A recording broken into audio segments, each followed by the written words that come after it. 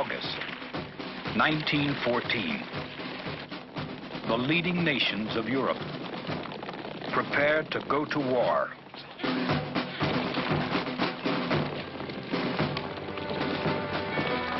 Before it is over, more than 8 million men will be dead. Kings and emperors will fall.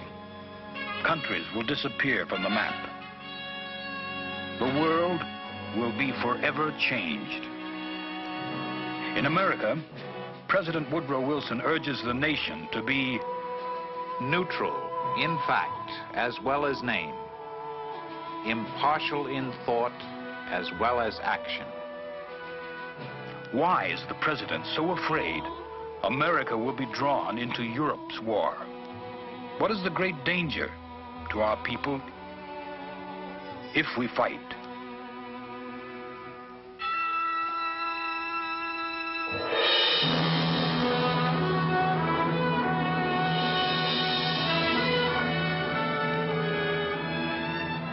In 1914, America has serious problems. Massive problems with an industrial machine that has grown too big and too fast for proper laws to regulate working conditions and to protect the working man. Woodrow Wilson has been elected president on a reform ticket. He says, no one can mistake the purpose for which the country now seeks to use the Democratic Party. It seeks a change. The president is concerned with domestic reforms. He wants nothing to interfere with his domestic program. He says, it would be an ironic joke if foreign affairs would dominate my administration. But across the Atlantic, in Europe, in a country few Americans can locate on a map, a Serbian assassin's bullet takes the life of Archduke Ferdinand of Austria. Austria delivers an ultimatum to Serbia. Serbia rejects it and prepares to fight. Russia mobilizes to come to the aid of her ally, Serbia. Germany takes the side of Austria. France and England prepare for war. In America, President Wilson offers to mediate the dispute. America stands ready to help the rest of the world. But no one listens. His words are drowned out by the guns of August. Europe has been preparing for this war for a long time.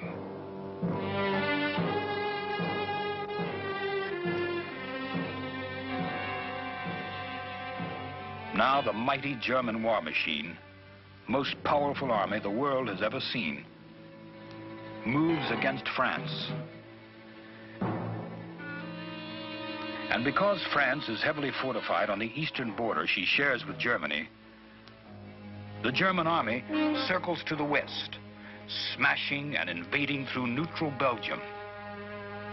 The Kaiser wires Wilson.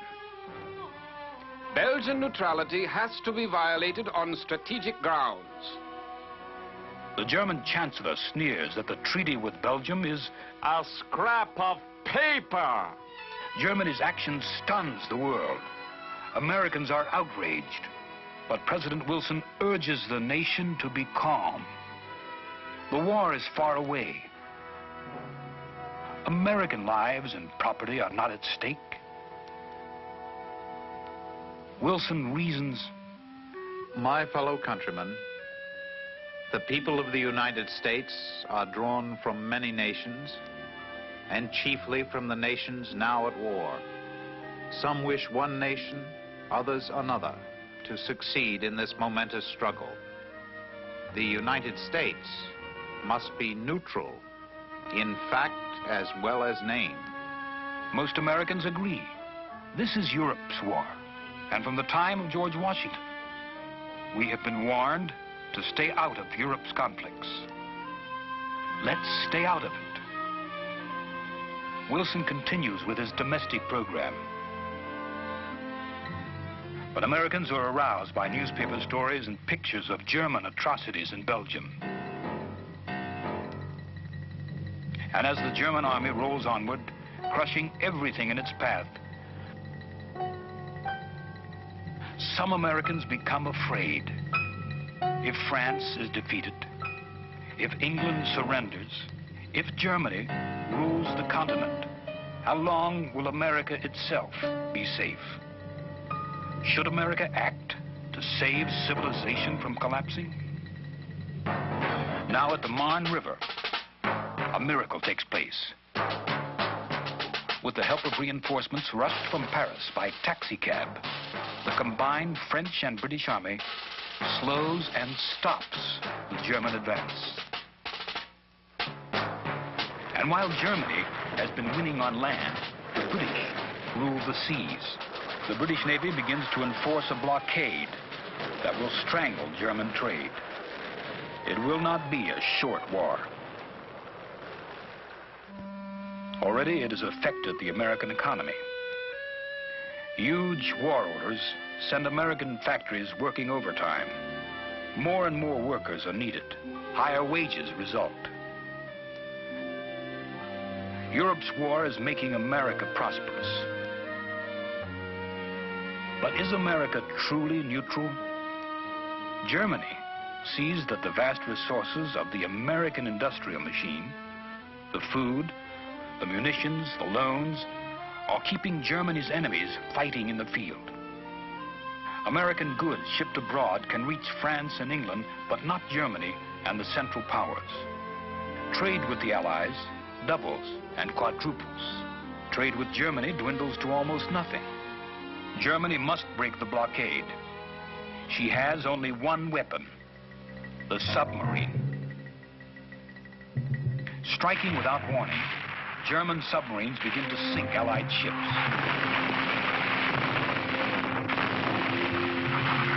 Wilson warns Germany, if an American is killed or an American ship sunk, The United States will hold the German government accountable and will take any steps necessary.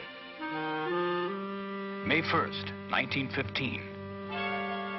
The luxurious British liner Lusitania sails from New York. Aboard are hundreds of Americans. They ignore a notice published next to the announcement of the ship sailing, a warning inserted by the German government. Travelers sailing in the war zone do so at their own risk.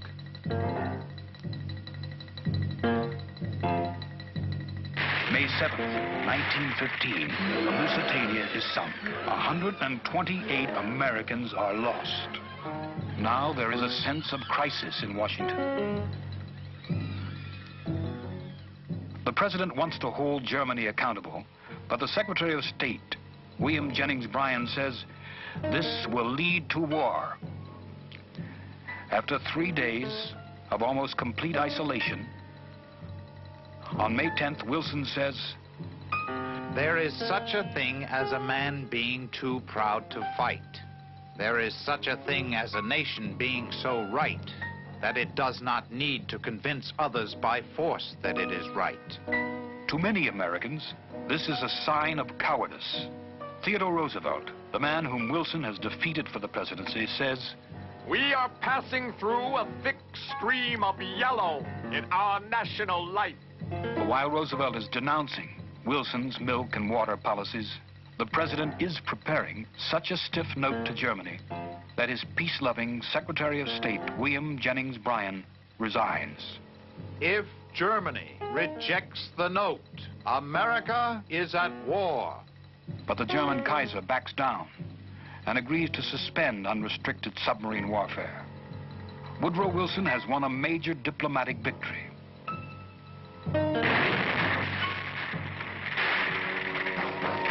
1916. The war has settled down into a bloody stalemate.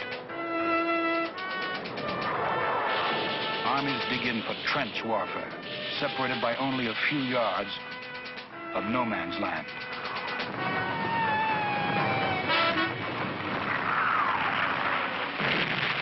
The guns never cease. men go out of their minds. It was the noise, the never-ending noise. Verdun becomes the bloodiest battle in all history. Almost 1 million casualties. Fighting back and forth on the Somme, England and Germany lose another 1 million men. Reading the mounting casualty lists, Woodrow Wilson is horrified by the brutality of modern war. Once lead the American people into this war, and they will forget there ever was such a thing as tolerance. To fight, you must be brutal, and the spirit of ruthless brutality will enter into the very fiber of our national life. The only sure way America can stay out of this war is to find some way to end it. Wilson sends his aide, Colonel House, on peace missions to Europe. He pleads for a peace without victory. But both sides have lost too many men. Both sides are bitter.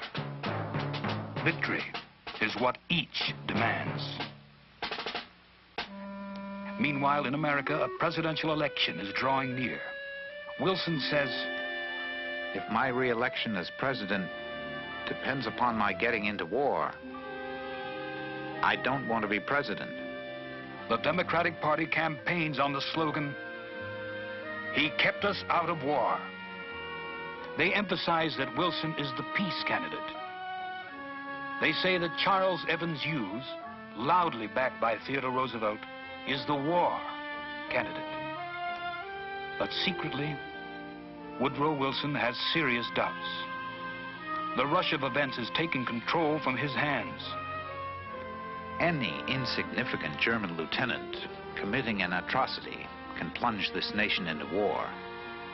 American opinion is divided. Men like Theodore Roosevelt, members of the Army League and the Navy League are for America to get into the war immediately. Women pacifists march with signs, "Real patriots, keep cool." Millions of German Americans have sentimental ties to the motherland, contribute to the German cause. November 1916.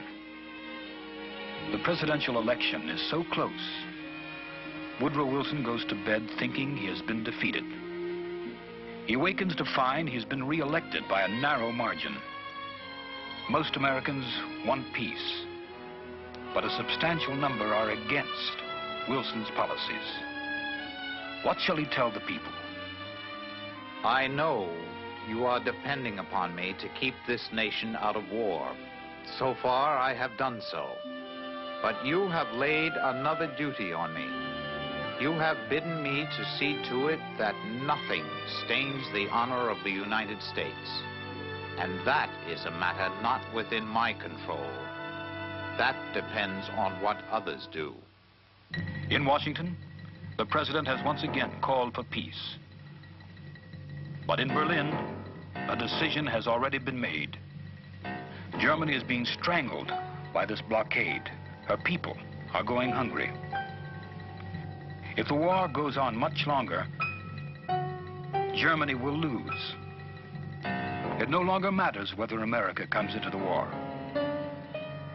The German High Command believes America cannot arm in time to make any difference.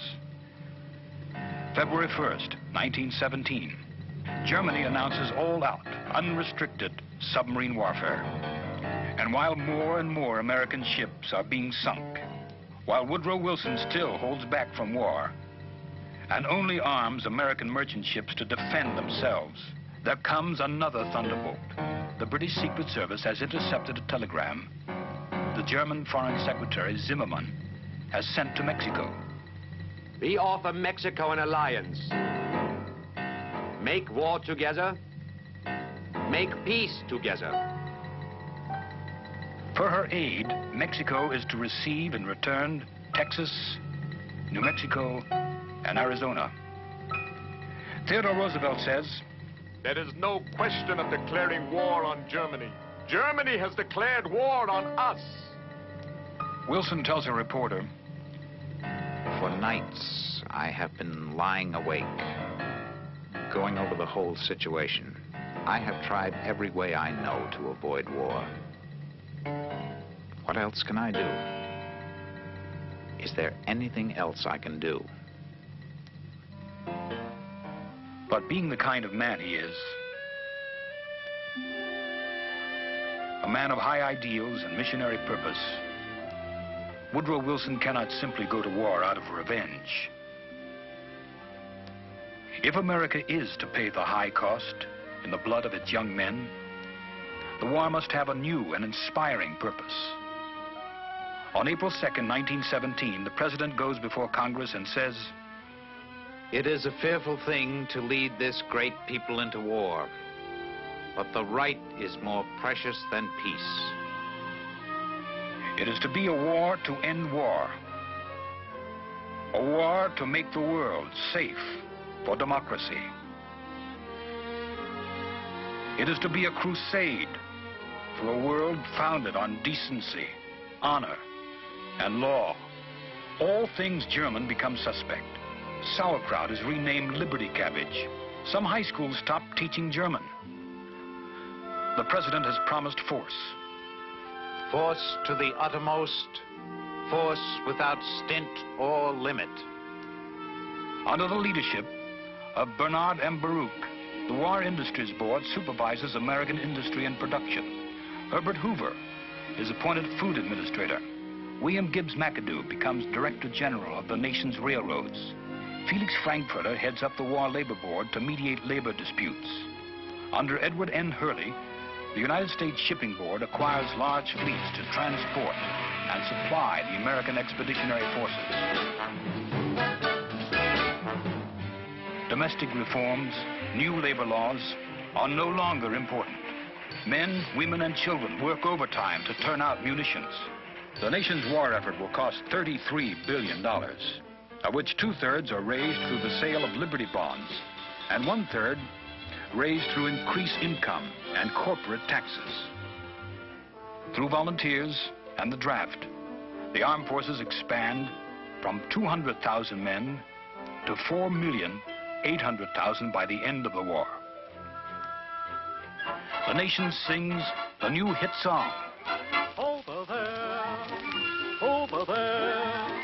send the word over there, that the Yanks are coming, the drums drum-tumming everywhere. So prepare, say a prayer, send the word. Ironically, for a war to save the world for democracy, the Americans will send a Jim Crow army overseas. At first, the nation is so unprepared to make war, the soldiers have to train with wooden guns.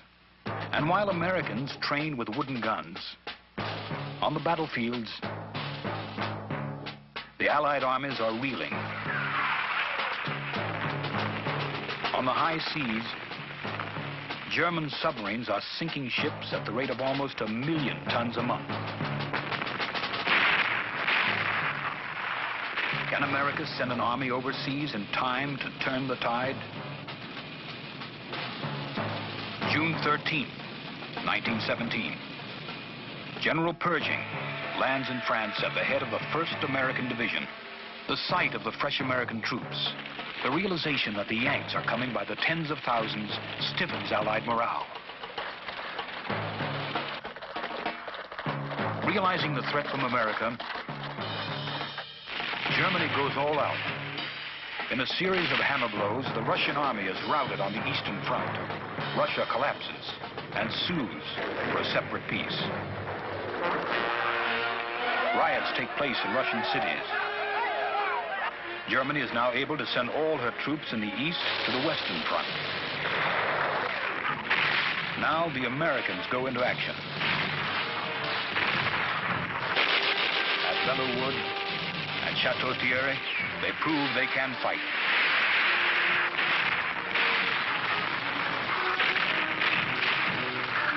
Simultaneously in America, Woodrow Wilson fights a war with words. January 1918, Wilson announces 14 points for a better world. The 14th point calls for a League of Nations to be formed to preserve world peace. Shrewdly, he drives a wedge between the Kaiser and the German people. America has no conflict with the German people. Germany launches an offensive and is stopped by the Allied armies with the help of fresh American troops. Now, for the first time, the Americans go on the offensive. A German lieutenant writes, "The Americans have annihilated 2 of our companies. They fight like devils." Worn out now from 4 long years of war, realizing it can no longer win, the German will to fight collapses.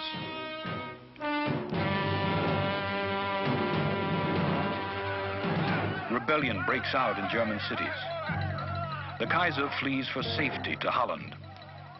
On the 11th hour of the 11th day of the 11th month in November 1918, for the first time in 4 years, a stillness falls on the battlefield.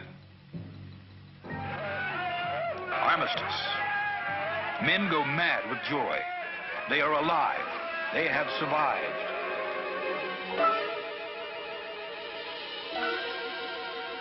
But more than 8 million have not. American losses total 48,000. Now, while the nation returns to peace, Woodrow Wilson realizes his battle is only beginning. For the first time in history, an American president goes to Europe during his term in office. Woodrow Wilson sails to fight for his 14 points. The president is confident he can handle the Europeans.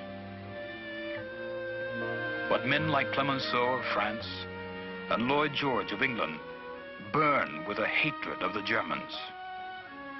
Soon Clemenceau and Wilson are no longer on speaking terms. Talk to Wilson.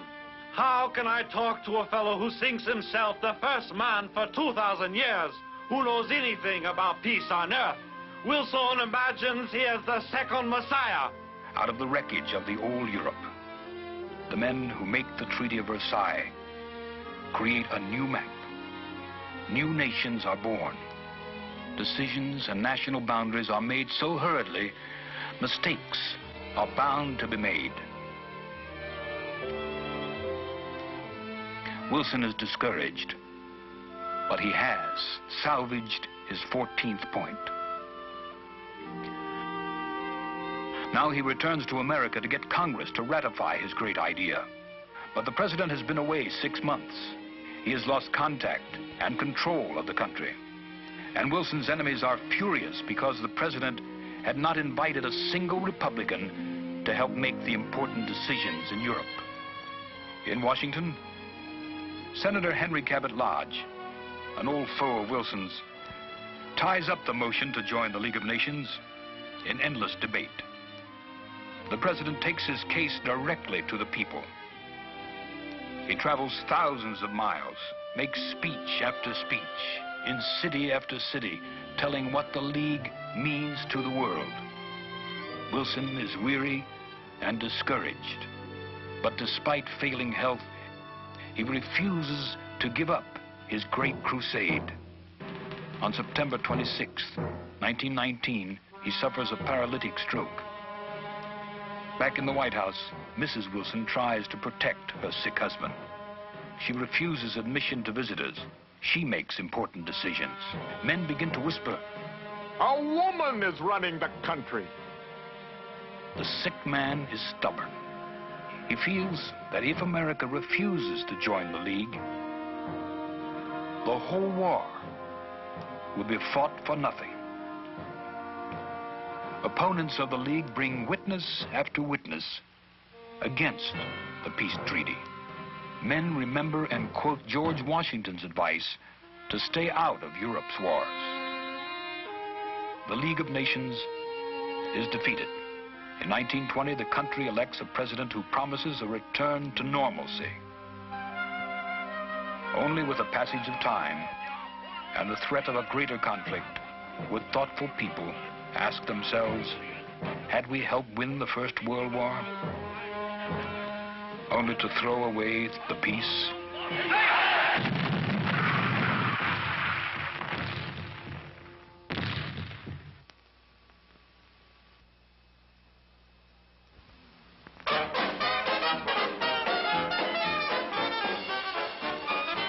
It is remembered as the Jazz Age, the restless decade, the roaring 20s, the era of wonderful nonsense.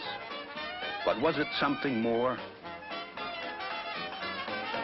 A time of growing conflict between those who could accept change and those who would not. Between those whose minds were open to modern ideas and those who clung to fundamental beliefs.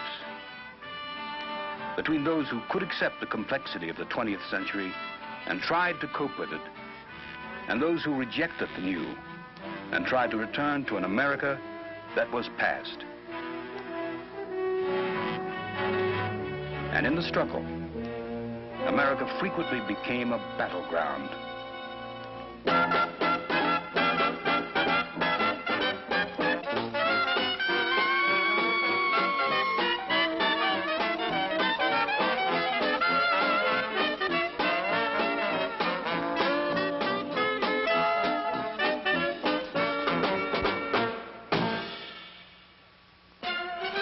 November the 11th, 1918, a day of jubilation. The Great War is over. 2 million American soldiers begin the journey home. What sort of America did they leave? What sort of America will they find? What sort of America do they want? They left an America led by President Woodrow Wilson, spurred on by noble words to a great crusade to make the world safe for democracy. They had been plunged into the most bitter and bloody war in the history of man. A war that cost hundreds of billions of dollars and left over 8 million dead. Now they return to an America changed forever by the experiences of war. The country rejects world leadership in refusing membership in the League of Nations. It attempts instead to go its own way. The nation is granting women the right to vote. America goes dry and embraces a new Puritanism under Prohibition and the Volstead Act. It is an America in which some have gotten very rich from the war, but most have not. Working men are caught in the wartime inflation and the rising cost of living. A rash of strikes occur after the war. Strikes of steel workers, seeking a reduction in the 12-hour day they work in the mills. A general strike throughout the entire city of Seattle. In the city of Boston, police find they can no longer support their families on a $21 a week salary. They strike for higher wages and petition to join a union. With the police on strike, the city is defenseless. Hoodlums have a field day. Widespread looting takes place.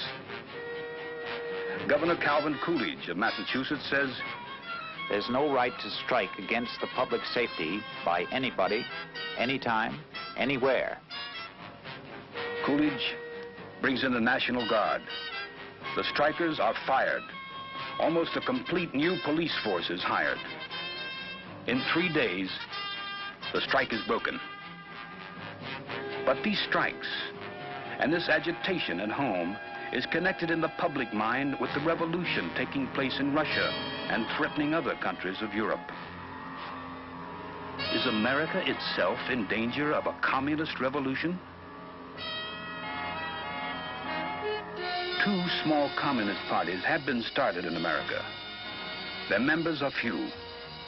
But Americans remember that a handful of dedicated Bolsheviks have overthrown the government of Russia. Fear leads to repression. Repression leads to greater violence. Bombs are found in packages mailed to John D. Rockefeller and other rich men. A massive bomb explodes inside a wagon on Wall Street.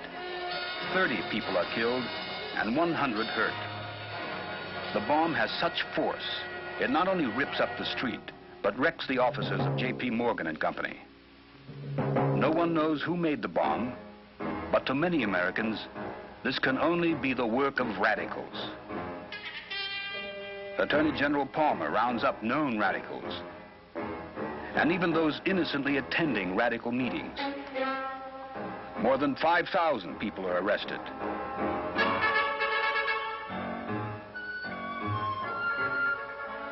And the government tries to deport some of them.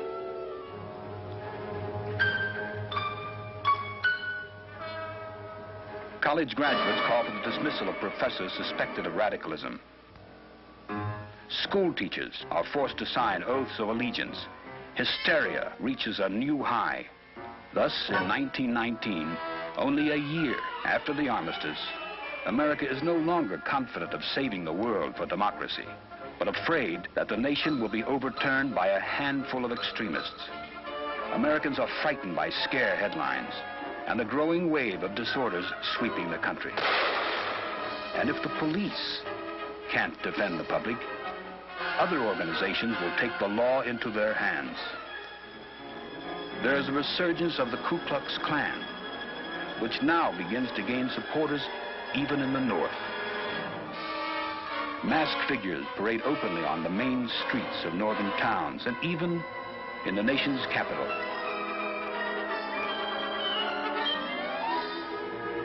Race riots break out in Washington, Chicago, and other cities. And with the Klan comes a rising wave of anti-Negro, anti-Jewish, anti-Catholic prejudice. In the climate of the times, foreigners and foreign ideas are suspect. There is a fear that hundreds of thousands of starving Europeans and Asians will immigrate to the United States to escape the suffering of the Great War. Harsh, new immigration laws are being enacted to exclude Asians and reduce the number of immigrants from Eastern and Southern Europe. The new policy rests upon the policy of Anglo-Saxon supremacy.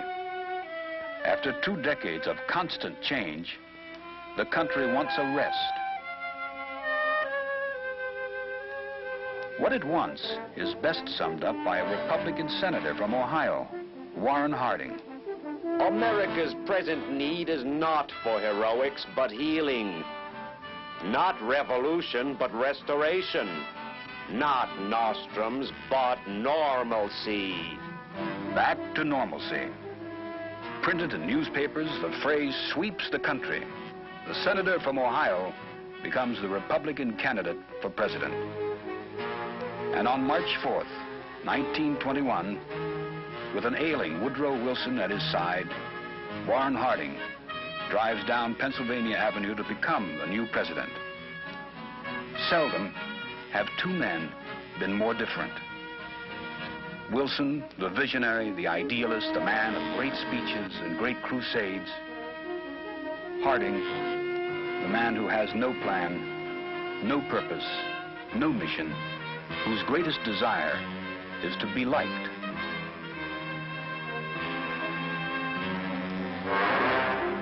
Warren Harding takes the oath of office. The progressive era is over. America enters the age of normalcy. But what is normalcy?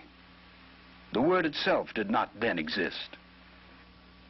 Is it modern industrial America with its huge steel mills and great dynamos moving confidently into the future? Or is it rural America? The America of comfortable, sleepy small towns, clinging to past values. The president himself describes the American small town where he grew up and says, "What is the greatest thing in life, my countrymen? Happiness. And there is more happiness in the American village than in any place on the face of the earth.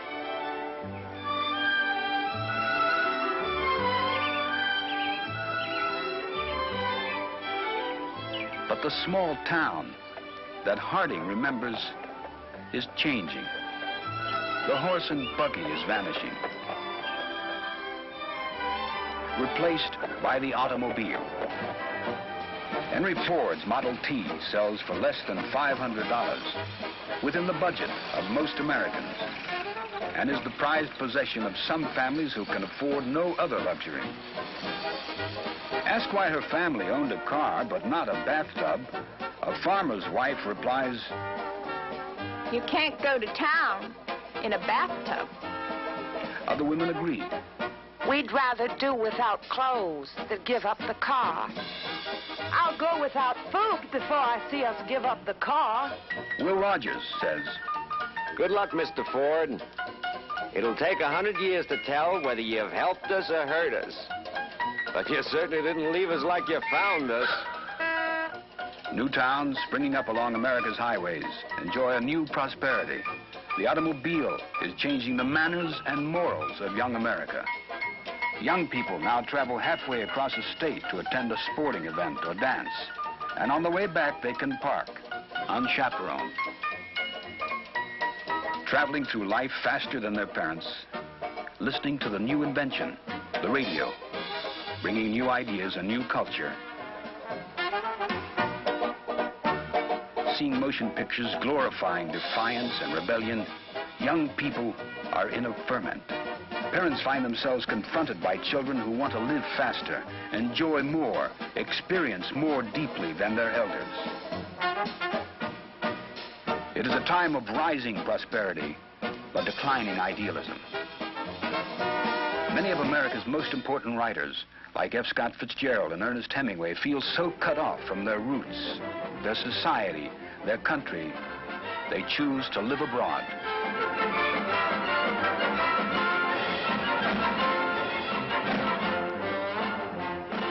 Gertrude Stein says of them, "You are all a lost generation." Writers who stay at home feel alienated too. Sinclair Lewis and H.L. Mencken express a growing dissatisfaction with the lack of direction and purpose in American life. In a changing America, President Harding finds his job immensely more difficult than he imagined. He complains to a friend, "John, I can't make a thing out of this tax problem. I listen to one side and they seem right. And then I talk to the other side and they seem just as right. God, what a job." Unable to understand the problems that confront him, Harding ages in office, suffers a stroke, and dies. A small-town man who only wanted to be well-liked. He is genuinely mourned. But only a few months after his death, scandals in his administration are revealed. His Secretary of the Interior, Albert Fall, is convicted of having leased important naval oil reserves to men who gave him huge bribes. Yet the country is prosperous, and many people do not want this prosperity questioned or to see the confidence of the American people disturbed. The senators who reveal the Harding scandals are denounced. The job of the new president is to maintain prosperity and not rock the boat. Vice President Calvin Coolidge, who broke the Boston police strike in 1919, becomes president and says, "This is a business country. It wants a business government. The man who builds a factory builds a temple. The man who works there worships there." It is felt that in this booming America, anybody who applies himself can become rich. The number of millionaires doubles. The automobile is stimulating other industries. Tires, paint, glass, nickel, steel, petroleum, and road building. Expanding use of electricity is creating labor-saving devices for the housewife. Washing machines, vacuum cleaners, refrigerators. Housewives have more time to spend and many of their husbands are earning more. Yet while the country continues to be prosperous, there are weaknesses in the economy. Much of the prosperity is based on easy credit and installment buying. More and more Americans are mortgaging tomorrow for what they want today. People gambling on the stock market risk their savings, hoping they can get rich quick. Meanwhile, the American farmer is suffering. Spurred on by wartime needs for huge crops, many farmers had borrowed money and taken mortgages to buy marginal land. Now there is no longer a demand for all the food that can be raised. More and more farms are being foreclosed. The president says, "The farmers never have made money anyhow." And troubles at home are reflected by danger signals abroad. Defeated Germany has a runaway inflation. In Germany, the mark becomes so worthless, it is used to paper walls or to light stoves.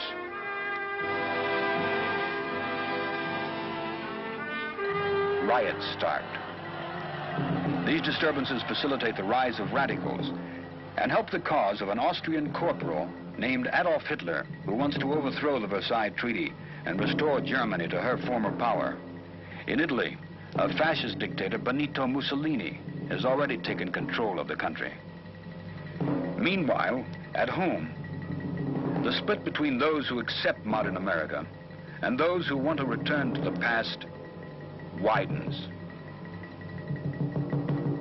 In 1925, the issue of the old fundamentalism versus the new science makes headlines because of a trial that takes place in a small town in Tennessee. Tennessee is one of several states that has passed a law declaring it illegal to teach the theory of evolution. A young teacher named Scopes determines to test the law. He teaches his biology class the theory of evolution. To the newspapers of America, this becomes the monkey trial. An attorney from Chicago, Clarence Darrow, comes to defend the science teacher. William Jennings Bryan, who rejects science and preaches a literal interpretation of the Bible, proudly agrees to help the prosecution. The courtroom is so hot, the judge sometimes moves the proceedings out of doors. In a curious carnival atmosphere, the trial reaches a climax. Clarence Darrow puts William Jennings Bryan on the stand. Do you agree with most scientists that the world is millions of years old? I agree with my Bible. The world was created in 4004 BC. Do you say you do not believe that there were any civilizations on this earth that reach back beyond 5,000 years? I am not satisfied by any evidence I have seen. The trial underlines the split in America, but settles nothing. For another 40 years, it continues to be illegal to teach the theory of evolution in some states. While the Scopes trial has been going on, another case that will drag on for almost 7 years reflects America's suspicion of foreigners, anarchists, and agitators. In Dedham, Massachusetts, 2 Italian immigrants, Niccolo Sacco and Bartolomeo Vanzetti, are on trial for their lives. The prosecution contends they are guilty of robbery and the murder of a factory paymaster. The defense says the men are innocent and are victims of the Red Scare that followed the war. To many intellectuals, this case becomes a symbol of unreasoning prejudice against people who are different. They work to free the immigrants, raise funds that continue appeals on the verdict for 7 years. After the men are executed in 1927, they quote Vanzetti, "If it not been for this thing, I might have died a failure. Now we are not a failure. Never in our full life could we hope to do such work for tolerance, for justice, for man's understanding of man, as now we do by an accident." The country is prosperous, America has 40% of the world's wealth. And there is a continuing search for new sensations, new thrills, like flagpole sitters. And new sports heroes, like Babe Ruth and Jack Dempsey. In 1927, the country finds the perfect hero in Charles Lindbergh. First man to fly the ocean alone in a single-engine plane, Lindy glorifies the new science of aviation that is making the world smaller and bringing men closer together. But at the same time, he personifies the old American values. He is a trailblazer, a pioneer in the tradition of Daniel Boone and the men who opened up the West. The continuing clash between the new and the old, the conflict between the big cities and rural America reaches its climax in the presidential election of 1928. The Republicans nominate Herbert Hoover, born of old stock American parentage in a small town in Iowa. A self-made millionaire who was critical of Europe and a firm believer in rugged individualism. For the first time, the Democrats nominate a Catholic, Al Smith, born on the Lower East Side of Manhattan, a man who speaks in a raucous New York accent. Smith, of Irish descent, is not only the leader of the immigrant-based Democratic Party, but he is suspected of believing in racial equality.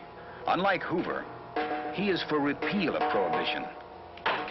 Made a national law in 1920, Prohibition has proved unenforceable. In an America that has 18,700 miles of border and coastline, there are fewer than 3,000 agents. Congressman Fiorello LaGuardia says that to enforce Prohibition, the city of New York alone would need 250,000 police and another 200,000 to police the policemen. The most respectable citizens frequent illegal speakeasies. There is a growing breakdown of respect for the law.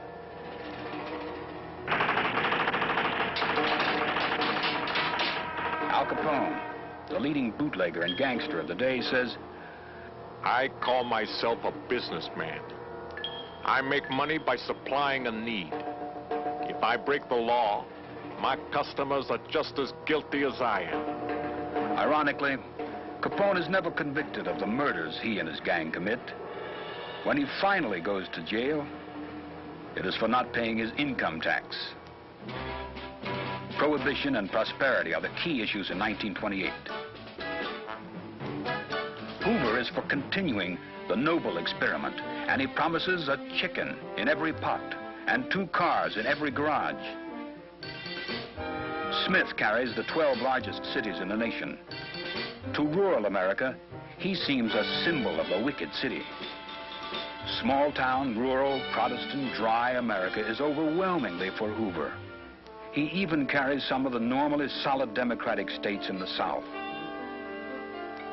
As he takes office, Herbert Hoover says, I have no fears for the future of our country. It is bright with hope. But already, there are signs of danger ahead. Stocks are dangerously high, inflated beyond their true worth. Thursday, October 24th, 1929. The market is flooded by a sudden wave of selling orders. Stock prices drop. Millions of shares change hands. The result, a seller's panic.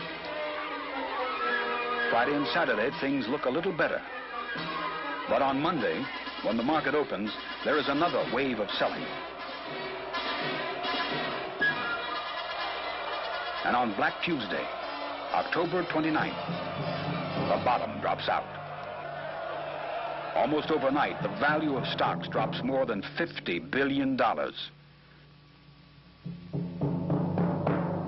And with the bursting of the big bubble, some speculators commit suicide. Little investors have their savings wiped out. The shockwave from the crash rolls on and on. Many businesses are forced to close. National income drops to less than half. 1 out of every 4 farms is sold for taxes.